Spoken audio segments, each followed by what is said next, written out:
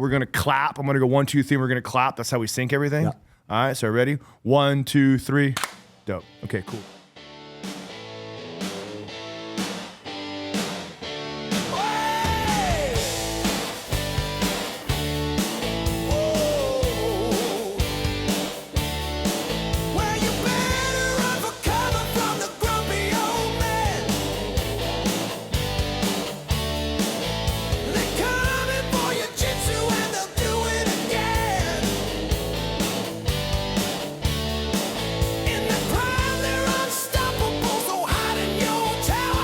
So am I officially old then? I'm in the old man. You're a fan. I would never tell you that, Matt, but 43. All right. That's what 43 is. It's all good.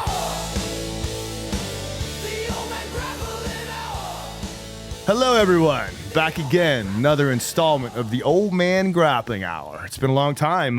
Back and getting things in order again. It's been a little bit, but I intend on putting out quality content for you as much as possible. And today we have a great guest. I am super excited about today's guest.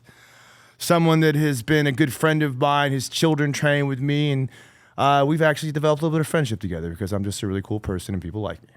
But today we have 3-time world speed shooting champion and the current international pistol speed shooting champion, blah, blah, blah, something like that. Mr. JJ Racaza. JJ, thank you very much for coming, brother. I appreciate you, man. Thanks for having me here, Coach. How's life, brother? You doing all right? Yeah, life is good. Yeah, I appreciate you. You're such a busy man, and it took me 45 minutes to set this shit up. I'm running behind, but you're a good dude, and I appreciate you, and I'll do my best to keep you on somewhat of a schedule, man. I got you for an hour, though, so my we'll knock it schedule's out. not mine today. It's Yeah, not one right I there. got you. I'll make it. I'll make it up. I'll make it up to your daughter, your beautiful daughter Naya in the corner. So, just quickly, man. I know you're a man of many talents. Tell me a little bit about yourself. Tell me about how you started shooting. Just where you came into the life. Let's just talk about JJ for a little bit, man. Man, it starts all the way back in 1989, 1988. Yeah. Like there was a necessity for me to learn how to shoot and defend the family just in case my dad goes down, kind of thing. During that time in the Philippines, there was a lot of unrest, I guess almost civil unrest. We had like martial law happening and current presidents getting. Oh, so you were born you were born in the Philippines. Oh, you're national. That's pretty cool, man. Yeah. I never knew that. I thought you were second generation. I can fake it till you make it. Right? No, so one day my dad came home from surgery. He was a surgeon in the Philippines, and my mom had been here, right? Like she's been here since I was 3 years old. So I essentially didn't really grow up with my mom. So you 3 years old, you moved here? No, I was moved here when I was 13 years old. Oh shit, man. Yeah. Oh, so you spent some time in the Philippines? Oh yeah. I went to school there, got friends there, shit, man. Yeah, I did. So I had like Filipino culture like when I came here. You eat the balut? Oh, I did. I used to. And then when I came back there to visit the first time after like 6 years of leaving, came back the first time, they immediately was like, hey, my friends were like, hey, you got to eat this and you're not Filipino anymore. We can hear your accent. I was like, hell yeah, I used to eat this as a kid. So I know, right? Open it up and I remember just peeling it. I'm like, man, there's no juice. There's soup in here. Kept opening it up and I'm like, I've never seen an entire chicken or duck form. And usually it's like yolky stuff, like hard-boiled eggs. And I'm like, and I looked, I'm like, dude, guys, what is this? And they're like, that's the real balut. And I'm like, it's like, no. And I didn't realize, because I was young my dad used to order for me. There's like 8-week, 12 weeks. Yeah, they change them up. Yeah, not the one that's got the crunchy freaking bird. Yeah, the bird bones in it and shit. Yeah, right. They gave me the 16-week one with the beak already formed. Yeah, and just to mess with you. I ate it. I was sick to my stomach. Did you prove yourself? Are you a real Filipino now? You good now? Yeah, you're good. You're good. All right. They let you wave the flag and shit. You come to the picnics. Yeah, but I never eat it again. They ruined it for me. That's how they ruined it for all like the foreigners and everyone that visits. It's actually really good. I have many Filipino friends and they all love it. Yeah. But you're right. I've seen it. They kind of take the egg and they put it up against the light and they kind of look into it. It's kind of creepy. It's like at 2 a.m. The little kid's like a kid that's like 12-year-old, her age. Yeah. Like walking around in the middle of the street, like screaming below. Oh yeah, that's it. We gotta go and buy it. Right. Dude, I freaking I love like international cultures. It's just such a fun thing for me to do. There's nothing in the world I love more. Going to other places. You've gotten to travel too, so you see. I have you know what I mean? Yeah, so, it's cool. It's cool. It's really cool to go out. It gives you a different perspective on the world when you go out to these other places and you realize that they're just humans, same. They do different shit. They have different ceremonies, maybe worship different gods or whatever. But like there's all the same people, man. Yeah. They just got same problems, same shit going on, man. Yeah, it's pretty cool. Yeah. Pretty refreshing. You travel a lot too with your shooting. I do. That's one of the main gigs. And it's like the best thing about my job is I dictate my own schedule, but now I do have to travel for my gig because I teach guys all over the country. And sometimes the world, we've held back on teaching internationally right now since COVID because the travel's been so crazy. I just had COVID last week. It's horrible. Oh, you did? Miserable. No miserable. way. I got a Metallica. Miserable. Miserable. I didn't even know that still existed. Sick as fuck. I was sick as shit. The only reason I got tested was because my mother was in the hospital with COVID. And I hadn't seen her for a few weeks, but I went to go pick her up on Wednesday. I went to Metallica this weekend. Yeah. Went to Metallica and I went to Wu-Tang. It was a pretty good week. And then I freaking got my tattoo worked on, so it zapped my immune system. And for all that shit, I got sick. So Wednesday I went to pick her up at the hospital, and then the nurse was like, "You don't look too good. And you should take a COVID test." I'm like, I take no fucking COVID test. She's not going around. Everybody's got COVID. And I said, let me check. I took a test and sure as shit I had COVID. And dude, I was sick. Sick fuck for like 2 days. And then I felt better again. But whatever. Let's talk about you, JJ, not about me. I apologize. It's all good. No, so what I was saying was I started when it was like a necessity, right? Yeah. Like my mom had already been here since I was 3 years old. She comes here to start our paperwork, the process of kind of transferring here, moving here, starting a life here. But my dad was raising us, me and my two sisters, back in the Philippines by himself. So when he would go for surgery, it would be basically stuck with and at home by ourselves with the kids, with the other sisters and stuff like that. So anyway, it was time. My dad was like, "Hey, if anything happens, you need to learn that we have a gun, and the gun is going to help us get out of sticky situations if it requires to it." And so we went to the range, started shooting some guns, and I was able to hit some targets. My sisters were able to hit some targets, and right next door just so happened that there were guys that looked like they were running scenarios. They were going in and out of doors, shooting through windows and moving targets. And my dad's like, "We've never seen anything like this." So we just stood and watched, right? And the guys came back. Was like, "Hey, you guys want to try this?" It's like, "No, I want to learn what you guys are doing. Are you guys doing like tactics?" And they were like, "No, we're actually just getting ready for a competition this Sunday." And my dad goes, "Competition? Is anyone shooting back?" They're like, "No." And my dad was like, "I want to try to go see it." And then so he went to go see it, and then he got approved for the membership in this club, got accepted, and then started doing it himself. And then I saw him and watched his way up, and then I like recognized what made him good. So I was like, "All right, I'm gonna try to do the same thing." So that's funny because I've met your father too. Awesome. Yeah, I mean, yeah. Your family's awesome. I love it, man. They're like old you. Asian Yeah. people, man. They're the best, best people in the world. And they call you out on your shit. Like, That's my dad. It's a culture. Oh, yeah. It's a cultural thing. Yeah, it's my the dad. Asians don't pull punches. They come right in your face and with a smile and a hug. Yeah, my mom puts color on it. Right. My dad. Yeah, then they cook you freaking pork belly and shit. But like, that's how we talk. Yeah, right. But food. That's it, dude. I've heard this story from you before, and I always assumed that your dad was a professional shooter or ex-military or something along those lines, because I remember you said he was your first coach. It's actually kind of cool that it was just not like we lived in we were worried you had to have a gun because there was shit going down. You taught me how to shoot, and here we are. Dang. That's pretty freaking cool. It is, man. He's the only coach I've ever had. He's been there since the beginning, which is rare, right? And to this day, like I've been practicing, right? Every practice session, like this morning, he's there with me. Every big major competition, he's there with me. So he's been there for every world champion, every national title, my most current world champion. He was there, like on stage with me, looking up, walking through. And we always look back at it. He always talks. Cool thing, man. He's like, "Hey, we never thought this would ever come to this." Yeah. Right? Like it was just a hobby. It's cool too because you guys kind of grew in the sport together. Yeah. Which makes it even more of an incredible story. You know what I mean? Because there was a certain time when, I was always under the assumption that your father was ex-military or had some kind of an elite shooting background. Like, no, you guys were just at the range together trying to figure shit out because as someone that is a novice shooter at best, that and again, we'll get into this later, but for the folks at home that don't shoot, they think that shooting is just picking up a gun and pulling a trigger. Like I got a lot for you. There's a whole lot to this shit. But to be in the beginning stages, and neither one of you really knew what the hell was going on. None. And you just kind of figured it out as you went. That's a pretty incredible story, man. Well, Plus, you did it with your dad. Yeah, and that was the thing. I gotta give kudos to my dad. My dad was also a really good athlete. He was a really good basketball player. So he was recruited to go pro in the Philippines. That's and big. Basketball is huge in the Philippines. Yeah, too. it's That's huge. a big thing. It is. It's really. He turned it down because he's like, what's a pro basketball player gonna do for me? Because I'm gonna become a doctor. Yeah, right. Don't insult me. Is what he said. Yeah, go be a surgeon. Yeah, right? yeah, Cool. yeah. I was like, God damn, Dad, just like you, way cooler, way more money. Right. Yeah, right.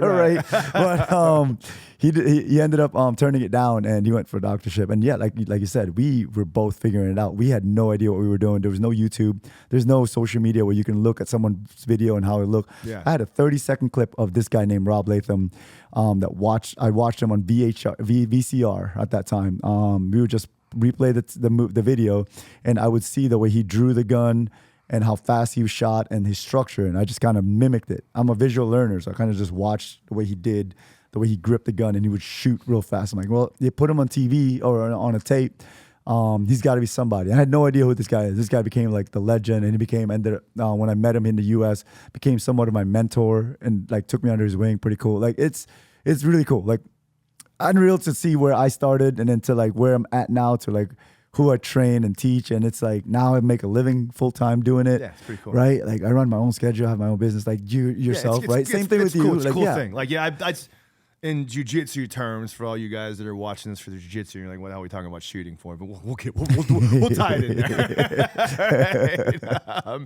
Right? The same thing. Like I freaking, I busted my ass and on local circuits and learned to do jiu-jitsu and like, what the fuck am I doing here? What is this shit for? And then all of a sudden now you get to do, when you get real good at it and you make a name for yourself and you dedicate yourself and you work your ass off, now you get to say, oh shit, like now I'm making a living doing what I love. And it's a pretty cool thing, man. You got a cool thing here, though. You got an academy, essentially a school class. You know what I mean? Like it's a little bit different business model for you. It is. You're I travel. You are the product. Yes. I get to leave. That was funny. Like last week, I wasn't here for a week because I had COVID. And he ran. And we had the best week ever. Yeah. Like it was great. Like I was telling everybody, shit, I'm just gonna stay at home. If I'm sick, it all stops. I'm just staying home. What the hell I gotta be here for, man? I got paid sitting on my couch watching Breaking Bad episodes. You got good people running this place too, though. You did that right. I've been blessed. Yeah, I've you been did that blessed right. with very good people. But you take care of people. Yeah. You take care of people, they take care of you. Comes full circle. It comes full circle. Very big proponent of that.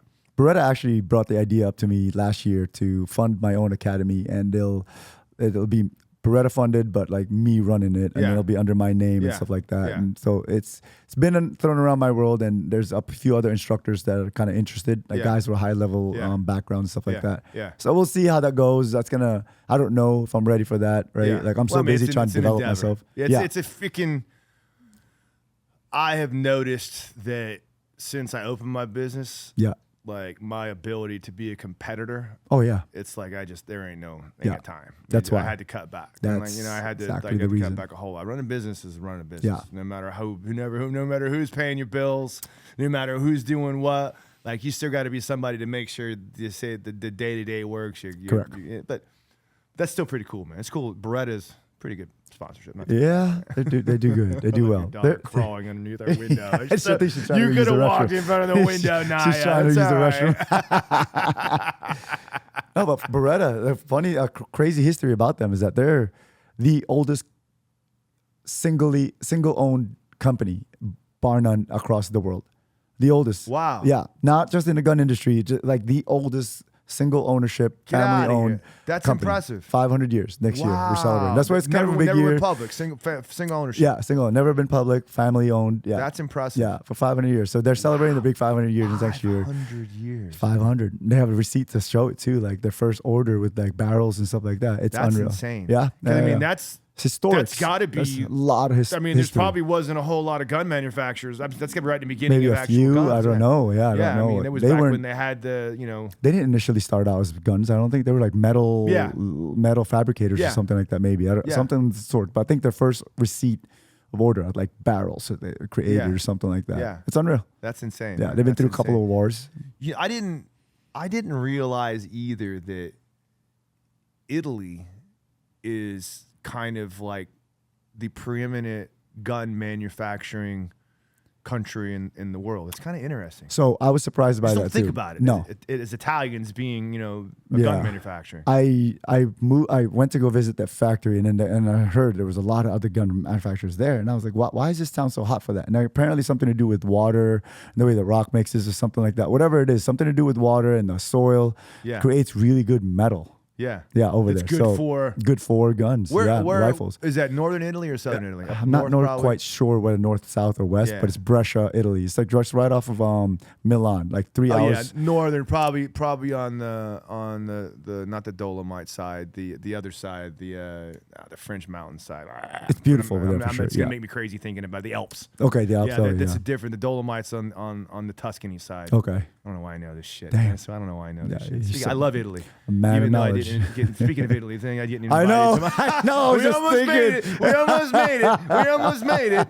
We almost made it. For somewhere out there, my very good friends did not invite me to their destination wedding for their son in Italy. But no big deal. It's not like Italy's my, not like I understand the Pyrenees mountain or the Alps and the Dolomites and Tuscany and all the wonderful places. And Italy's my favorite place in the world. But hey. No big deal. I'm sure there was a reason why I didn't get invited. Very valid, usable reason. But let's get back to you. I was talking about Italy. We almost made it. I was like, oh man, it's rubbing that salt wound right there. So, I know you were a Homeland Security officer as well. Yeah. Were you a professional shooter competitor before that or after? Yeah, so I started shooting 1989 competitively. I started learning how to shoot in 1988, right? I was 8 years old. And 89 to 93, I shot competitions. That's all I did. And, we moved to the States in 1993, September 1993. And you uproot your life, so it takes a while for things to start getting going. My parents, luckily, they found good jobs and they had good salary, and they were able to support basically me in 1999. My dad bought his first race gun again, like pistol, and he was like, "Hey, we're gonna compete. You can continue to do golf, but shooting, if you want to do shooting, I have a gun now, but I want to start doing it again." So your dad was a competitor as well. You guys kind of did it together. He quit this is a crazy story. This goes back in full circle.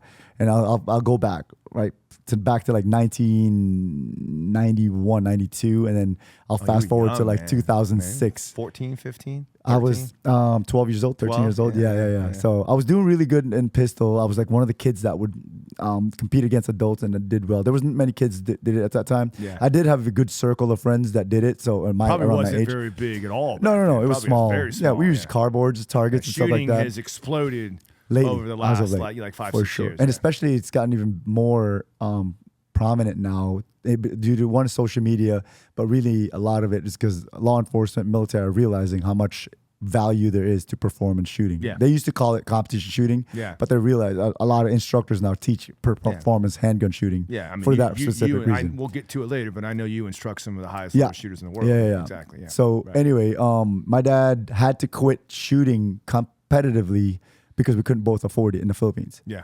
So he had to stop. And I remember he said, I remember this. He said, "I'm gonna stop. We can't afford it. You train mostly. I'll just be there just in case you decide to quit, right?" And fast forward, that was 1991. He stopped shooting. So fast forward to 2006, I won my first world champion, a speed shooting champion title. We were sitting in a room, and he was like, I was sitting there with like $18,000 worth of checks and big trophy, and I'm like, "I finally did it, Dad. Like, we did it." He goes, "It wasn't meant for you to win world championships." And I go, "What?" He goes, "Thanks, Dad." He goes, "I kind of need to apologize. I got to explain something." And then I was like, what do you mean? And he's like, "Well, I didn't know where we were going to be with this shooting thing. It just kind of took a life of its own." He goes, "It costs a lot of money." And he's my sponsor at the time, right? I don't have many sponsors, and I didn't have any sponsors. And he goes, "I kind of need to apologize because when I stopped shooting, I wanted to train you as hard as I possibly could, the way I would have trained myself, except," then he goes, "there were two things that was going to happen out of that." And he goes, "It was either going to be you were going to continue to win and win big, or you were going to just hate the training so much that you would quit. But somehow, because the training was just so hard, like he was like, it's not father and son, it's coach and shooter. And somehow he goes, you just never freaking quit. You just kept on coming. The harder I came at you, the harder you came back. And he's like, and it led to this. And he goes, I don't know if this can be a career, because at that time, you know, I'm 26 years old, and $18,000 for that one competition. And I remember thinking, I'm like, man, this is like once a year. Yeah. I'm not going to live off $18,000. Yeah. But we spent probably $18,000 to get that, exactly. right? Yeah, you broke even. Yeah, yeah. Right. And you're like, God. And so you think back and you're like, man, there's really not much to this. Like, how does people make a living out of this? And didn't understand. And then all of a sudden, little by little, like I get sponsorships, and I went to DHS now. So that allowed me to be able to continue working for continue shooting, because DHS paid me well, right? And I was doing that lifestyle. So I did both. They were probably pretty cool with you. They were. I'm sure it was I kept it under wraps as much as I could. I'm very like low key kind of guy, right? I kept it under wraps. They didn't. No one really knew except for a few guys that in there. I even going through FLETC, like going through Federal Law Enforcement Training Center. Like you go through this academy before you become DHS or any federal law enforcement officer. They didn't know I was a shooter. I told them my name was Simon and not JJ. That's my real name. JJ is the shooting world name, right? And so they just kept calling me Simon, and then just out of nowhere, they were playing a video online and on screen. They're like, we need you to look like this, and hopefully you know this is the potential of shooting. And they're shooting highlights of my friends. And then here I am shooting on the move, and I'm like, holy cow, that was me. I was like, and I thought they did that on purpose, and they kind of just took the light, and one of the guys sitting next to me looks at me and goes, was that freaking you?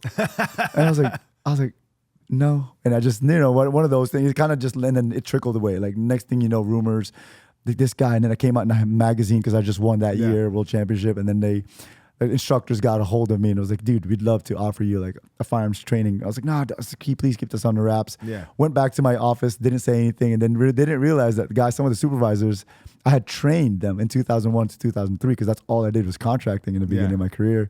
And they were like, so hey, you were doing contract work before you were. I got recruited to be part of a contract on the early part of my career. Where you were doing shooting instruction before. Yeah. Ah, that's cool. So I did a lot and of you that. did all you joined Homeland Security without even telling them that? None. That's crazy. Yeah, I kept it very funny. like minimal. That's you know, it's impressive almost to a point of, I don't want to say ignorance, but almost like self-deprecation. Yeah. Because it would have been an awesome thing to put on a resume. Sure. You know what I mean? I put like they would have me stand up. Like, what's your background? College graduate, computer science. I worked in a hospital, and that's what they would say. And they're like, okay, sounds good, sit down. And then they would see me shoot, and like any background shooting, I'm like, I shot a little bit as a kid, and that's it. Like I didn't want attention, right? I'm there to do my job, and I wanted to earn it, right? I wanted to earn it and see, whatever. So little by little, people would recognize, like, oh, that's the kid that won. That's the kid in this, and then.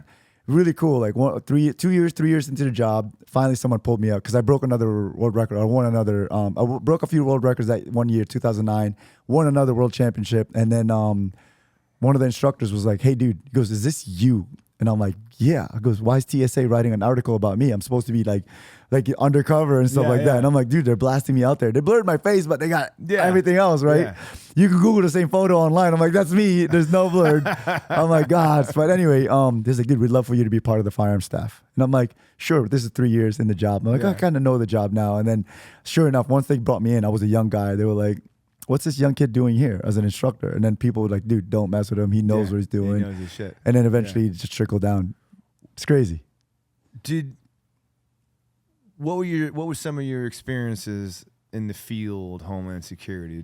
Was it a job you enjoyed? Was it something? I did. A lot of people. What we did was, I guess it's weird to talk about. But I like the freaking. We were I like, know some Homeland Security guys too. One of my very good friends is Homeland Security. Yeah, two of them actually. We wouldn't we were never told to talk about a job, right? So it's kind of weird to talk about it now freely. I'm 10 years removed now. It's crazy. Yeah. So I was an air marshal, and during the air marshal. You were an air marshal? Yeah. Wow. Folks at home, that's what the air marshal looks like. Bigger, stronger, better. Better than me.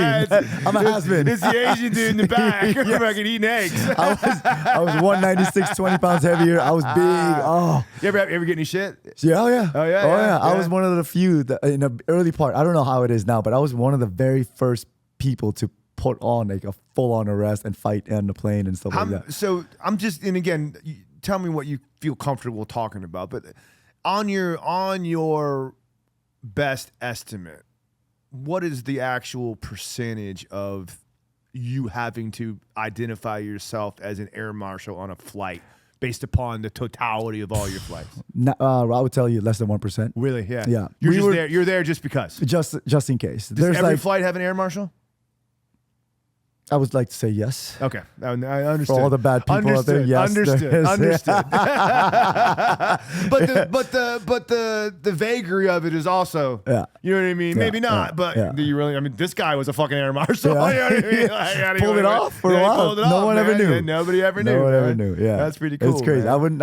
I kept that very low key. Kept it real serious because they would scare you. Like, hey, information got I out didn't know there. that was Homeland you. Security's purview. Yeah, the Homeland Security was a big umbrella for a lot of things. Yeah. Now, Yeah. air marshal I think falls under TSA, which is I think that's the right thing. But a lot of us, I was one of the ones that wasn't Homeland happy about Security that. was pretty new at that point too. Yeah, they created a whole bunch of branches. Yeah, it was right around the Patriot Act. Homeland right Security around, investigations. Around all this 2000, stuff. 2000 September 11th. Wasn't Yes, it? yeah. Right around that area. That's the reason why I got contracted. During that time. Ah, that's cool. That's cool. Yeah.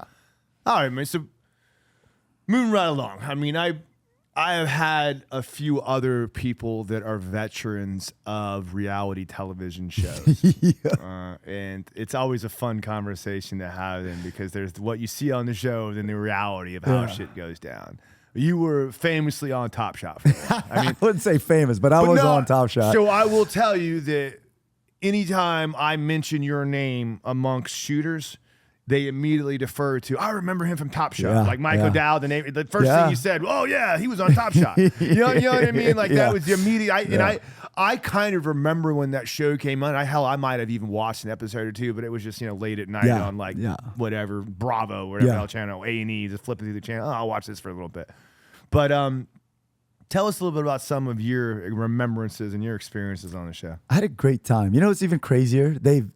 My season, I was one of the first ones, season 1. They are playing that again. I think it's available again on Amazon. And during COVID, really in COVID, I know what I'm watching next time. It's crazy. Yeah, it's on Amazon. I want to watch it to my kids again because they don't kind of remember that.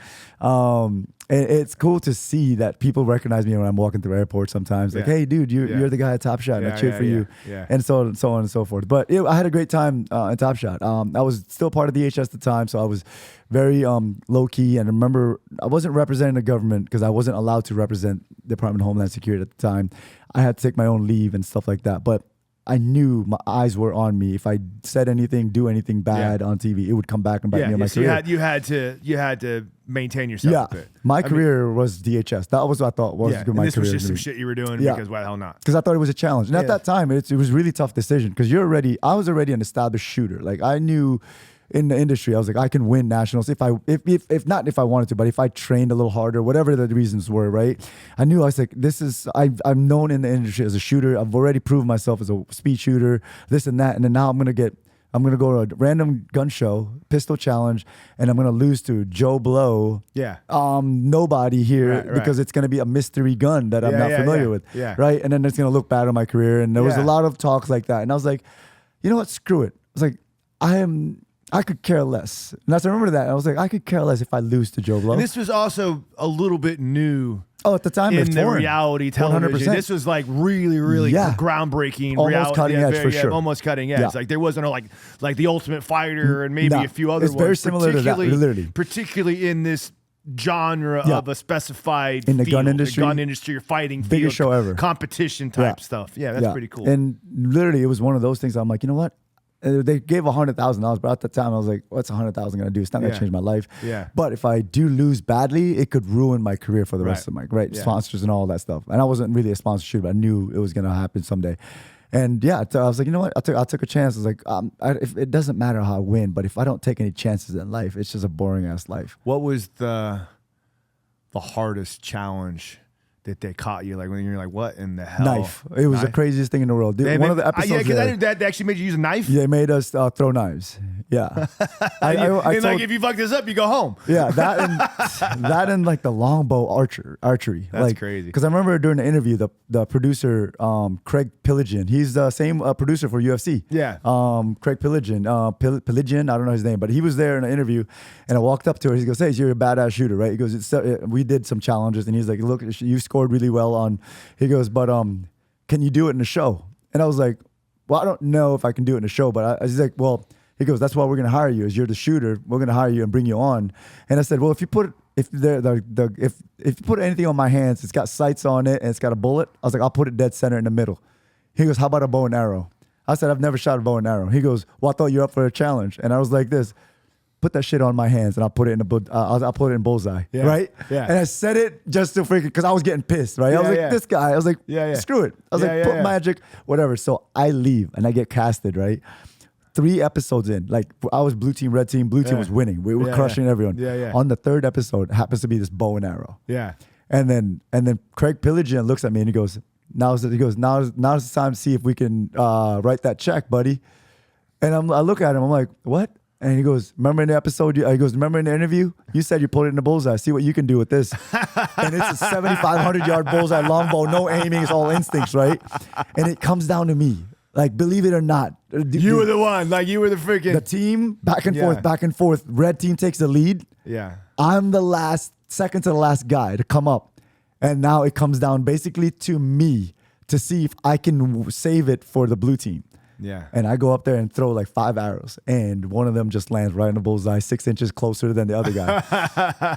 And everyone lit up. Like, they were like, this guy freaking won it for us. And so Craig Religion looks at me and he goes, you're a freaking badass. You're legit. He goes, I'll see you later. And then he walked off. And I was like, hell yeah, I'm freaking, like, I did it. I thought that was one of the hardest things in the world. So I'm going to ask you a question as a competitor now, because this is something that I see in you, that it's something that's similar in me as a competitor. You know what I mean? And similar, not just in me, but in people that I have talked to that are competitors. Like, when that situation occurred and that guy was telling you, oh, blah, blah, blah, about the bow and arrow, and you're like, let me show you what I can do.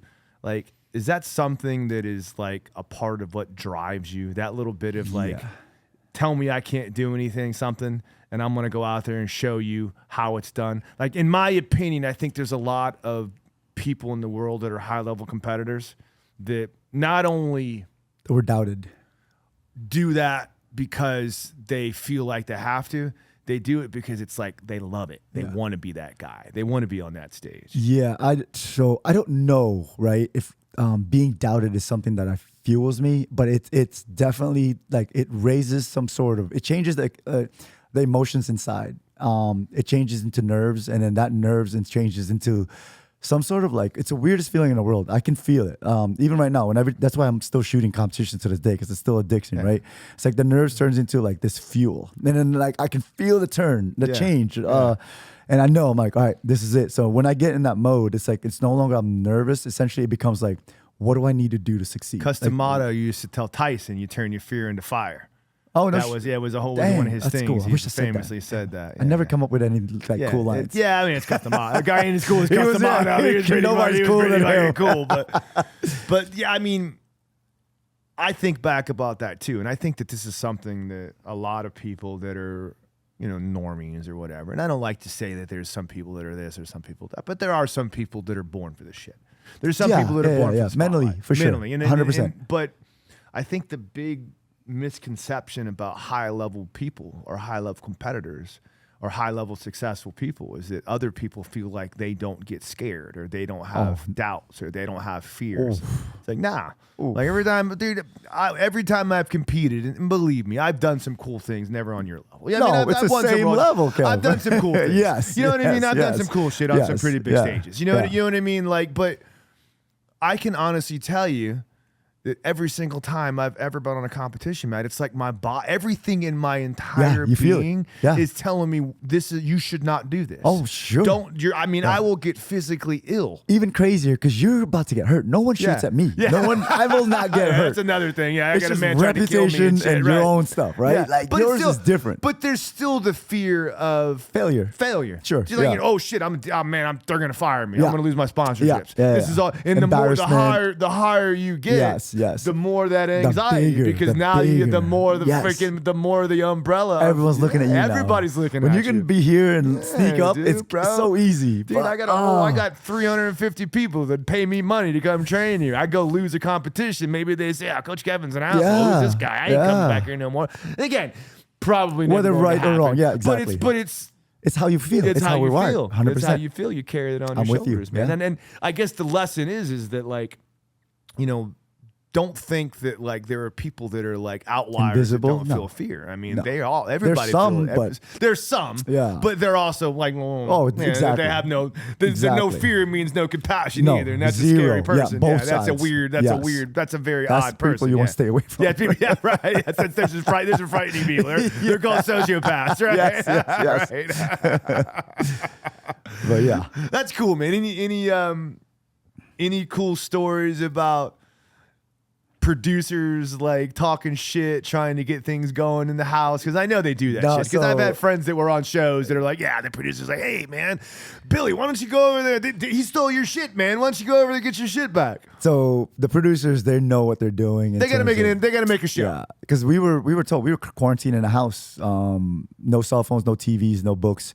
We had to engage in each other's conversation, and they would just pry conversation. They would literally ask us questions the same way, like, Hey, when you took that shot, because did you see and notice Chris, his reaction? And you're like, no, I never noticed it. Why? What's up? It's like, well, he's on your team, and he kind of took a deep breath. Like, it's almost like as if he wanted to claim the win, but since you had it, it's like, all right, I'm happy, but I'm not happy that he did it. And I'd be like, oh, okay. Yeah. And they'd be like, okay. And then they'll ask that same question 5-10 different times. And then finally to the point where you're like, man, what a dick. That guy, Chris, he thought he was going to win it. Yeah, like, they get inside your head and shit. Then they'll take that specific thing and say it. And then it makes you look like a bad guy, right? Yeah, but they got to make a... Yeah. That's funny. That's funny how they do that. And I'm that. like, well, at that time I was already also like, I've been in the FLETC or federal law enforcement and military world, right? Contracting to DHS for a long time. So I kind of knew like the interrogation, the questioning that they were leading me. And I'm like... I just acted dumb. Like, oh yeah, cool. Let him think whatever he wants, but I'm happy for my team. And they would just circle back. And then at the end of it, the producers were like, you were really cool. Like, we really enjoyed talking to you, and you were just the same dude from the zero to the end. We're not supposed to pick favorites, but you were all of our favorites. You are without a doubt one of the most likable people I've ever met. Thank you. I really mean that, man. Means a lot. You bring just such a positive energy every time I have ever had any encounter with you. You're always got a smile on your face. You're always happy, and you're incredibly busy.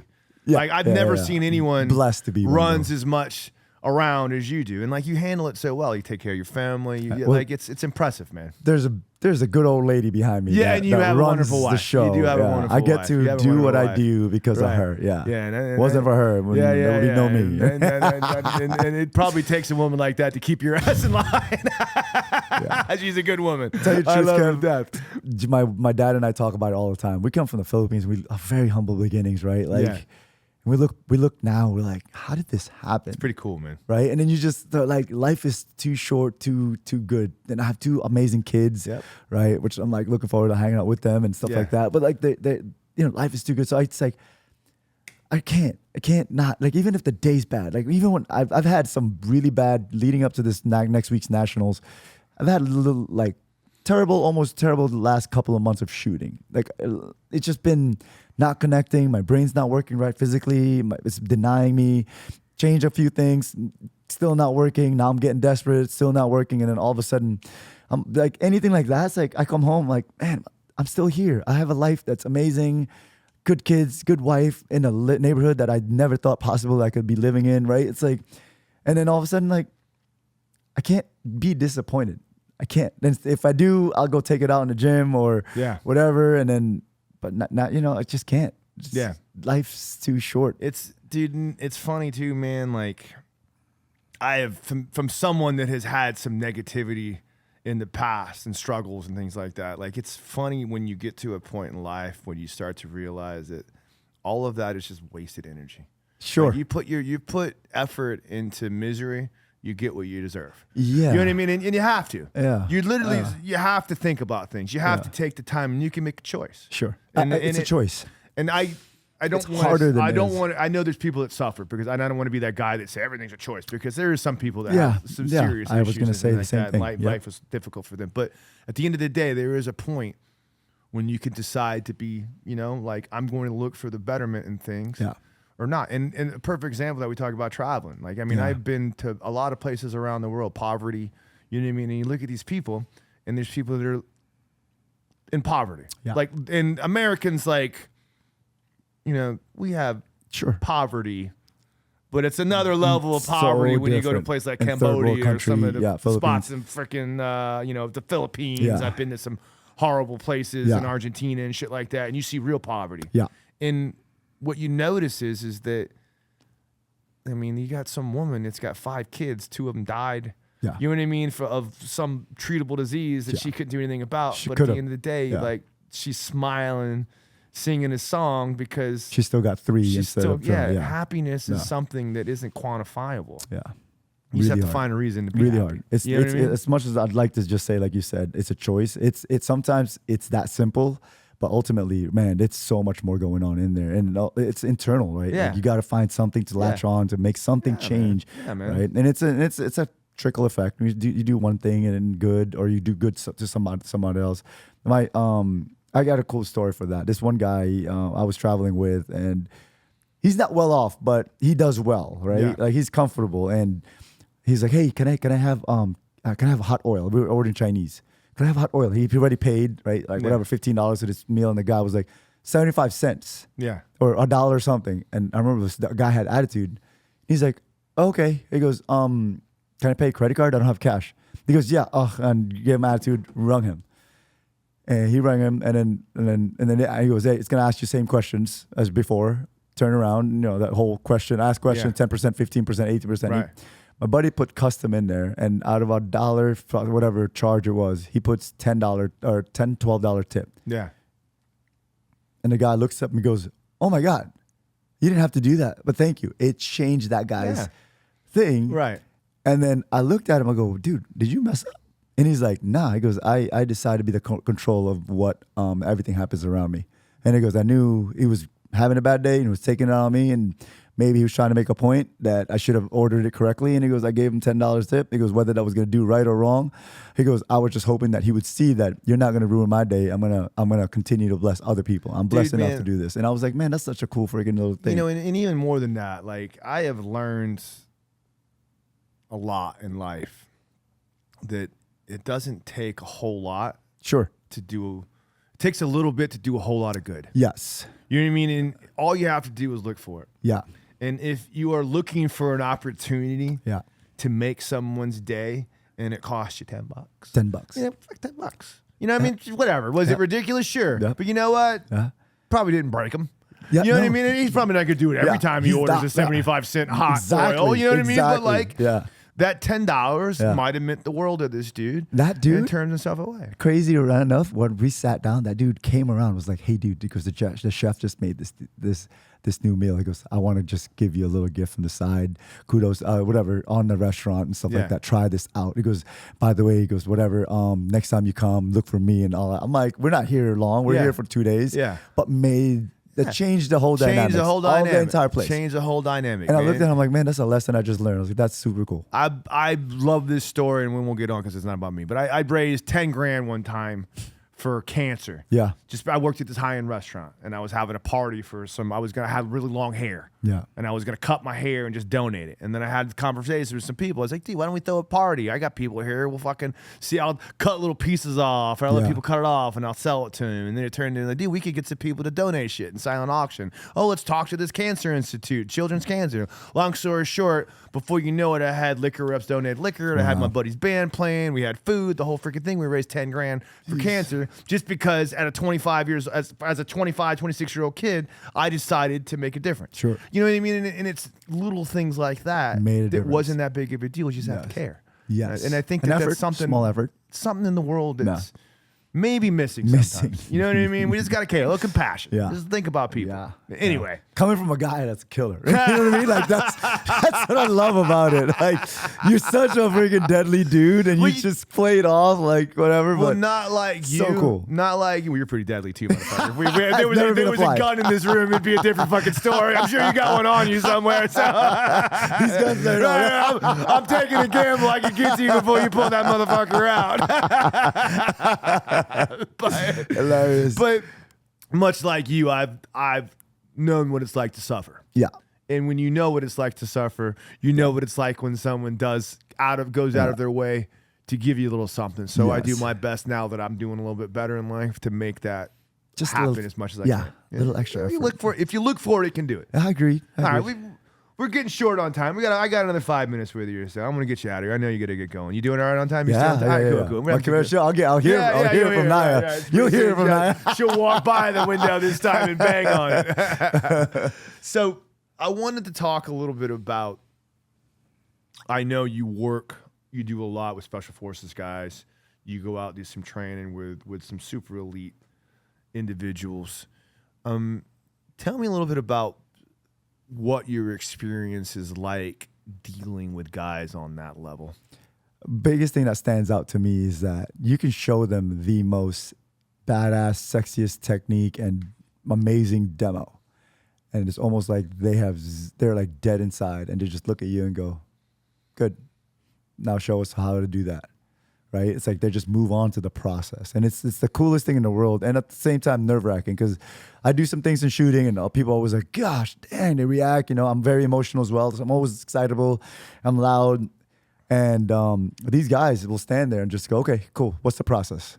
Right. What's 1, 2, and 3? How do we get to that end point? And he goes, all right, here's the process. These are the things that are, by them guys pushing me in terms of details and process, it allowed me to look internally and going, how do I improve myself? And how do I do this with my kids? How do I, with everything else? So anyway, and I can repeat it and be consistent with my life. And so that was always the biggest thing is just watching these guys perform a sometimes task saturated little mini drill. They start to comprehend things faster than most. They can adjust when there's trouble within the technique, I guess, and then they'll come back with a very specific question, looking for a specific answer, essentially. And it's just the coolest thing in the world to see one, depending on the tiers, but basically the highest level guys, they're just kind of, they don't care whether they fail or they do good or you're really good at what you do. They just take it for face value and can you teach that and translate it to me? Because I have a job to do and my job is to get better at this so I can do this and come home to my family. Yeah. And it's the coolest thing to see how I can make it the best drill in the world. They're like, okay, good job. Let me do it now. Yeah, there's something that I have taken on when thinking about people like that, and something that I mimic myself. I'm a very strong proponent on, I wish there was more years in a lifetime, more hours in a day. Same here. Because I really believe that I could accomplish anything I ever wanted to a certain extent. Maybe. Sure.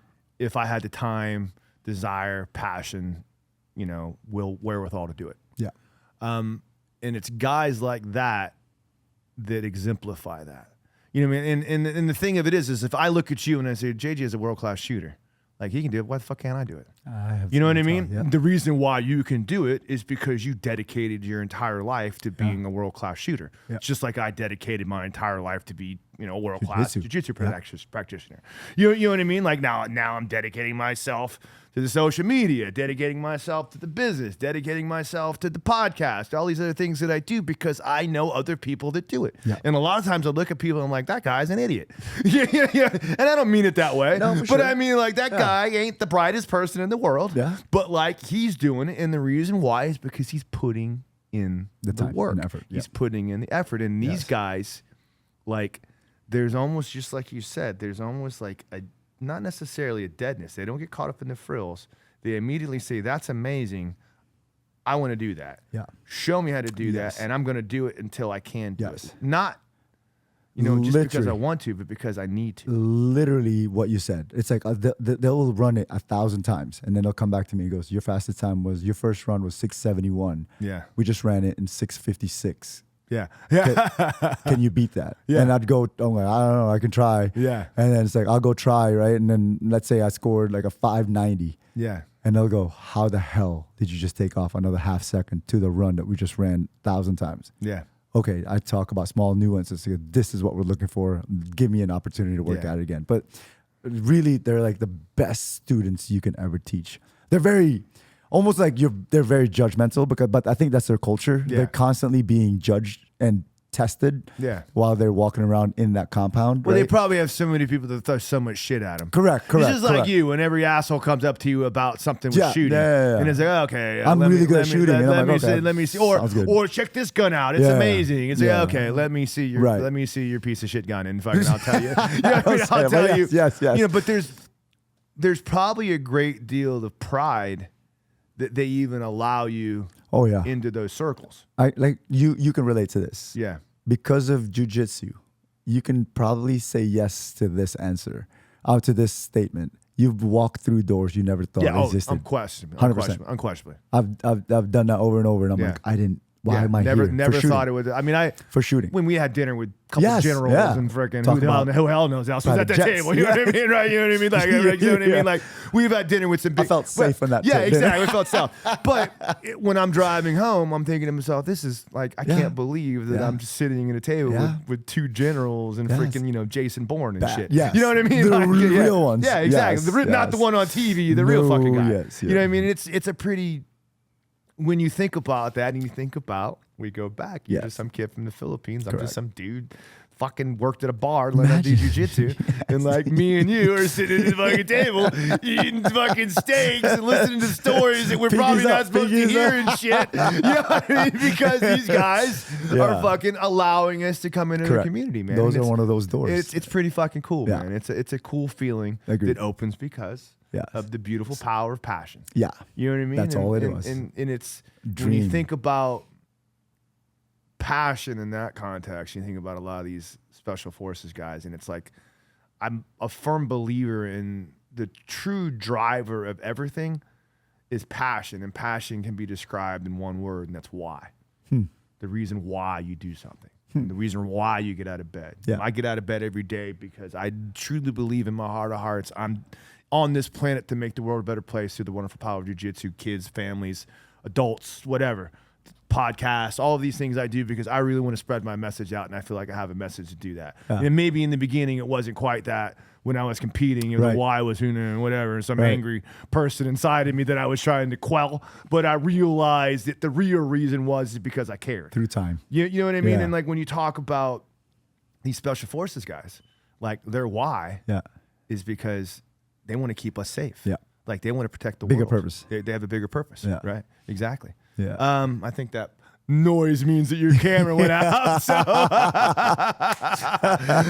we're running on about an hour anyway, man. I think we're getting pretty close. We can see how much longer this goes. But JJ, man, like I'll end with this, and I'll tell you that like I really appreciate you giving me your time. I know you're a very busy guy. Thanks, Coach. And like I think this is a good. I think you're a very interesting guy. I appreciate And it. I really man. enjoyed. Yeah. Anytime I have an opportunity to have someone in my chair that I can talk to, that it's the highest level at what they do, as successful and brilliant as you are, you can learn from them. Sure. And I agree with help that. to get something. That's out why of it's that. reciprocated with me, with you as well. Because when I'm like, this guy's done this and done that, it's like, I just want to pick your brain here and there. You know what I mean? That's why it's like, of course, man. There's that same exact mutual respect for sure. Yeah. I mean, anytime I get a chance to spend time with you, I sincerely appreciate. No, I appreciate you. and Anything you everything want to do for my plug? Any family. people you want to talk about No, at all, man? I'm happy to be here, man. Living life. Not anybody's fucking watching it anyway.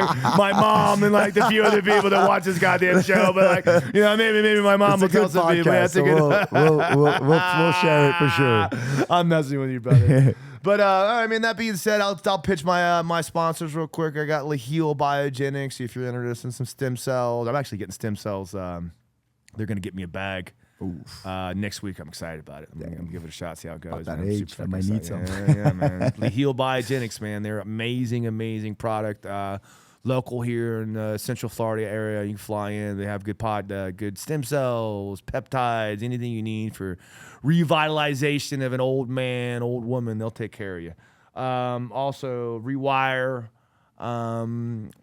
physical therapy, Charlie Keenan, all the things I do to keep myself healthy. And then Connor Coates, actually, He's a freak. Connor too, That's man. right, Connor. I'm with Connor because of you. Yeah, exactly. It's changing me. Connor is the man. I tell you right now, dude. His If you're team. looking for something right now, Pivotal one thing you can Fitness. do, go get Pivotal Fitness. Yeah, That's right. yeah. It used to be Classic Coaching. That's Now right, it's that's right. Pivotal, Yeah, yeah. Pivotal Fitness. They've done well. He is an outstanding nutritionist. His team is absolutely amazing, and they will kick ass for you. sure. Other than that, I am very committed to cranking these podcasts out. So stay on the lookout, and I will keep putting them out. I've got a lot of quality guests coming up. Maybe we'll have JJ on again. You never know. He's right down the street. Hopefully when I when I can win pin World sometime in the year. Nationals, Next yeah. time you win World Nationals, we'll get you on special. Now it's a thing. Now you got to go win. Yeah, I know. I'm looking forward to get on the range with you again. Yeah, too. I know. You I'd love to bring you back out. I know you're Yeah. busy. Yeah. I know After you'll be Nationals there this week. This will be. Oh, this you will be Nationals this week? Next week is my national leave. This is like my last training Go kick ramp ass, up. man. Yeah. Good luck to you, brother. Thank you. Guys, thank you very much. I am Uncle Coach Kevin Gallagher. This is been my very special honor to have JJ Racaza, world class, multiple-time world champion shooter on the show. We will see you when we see you. Thank you very much, guys. Appreciate it.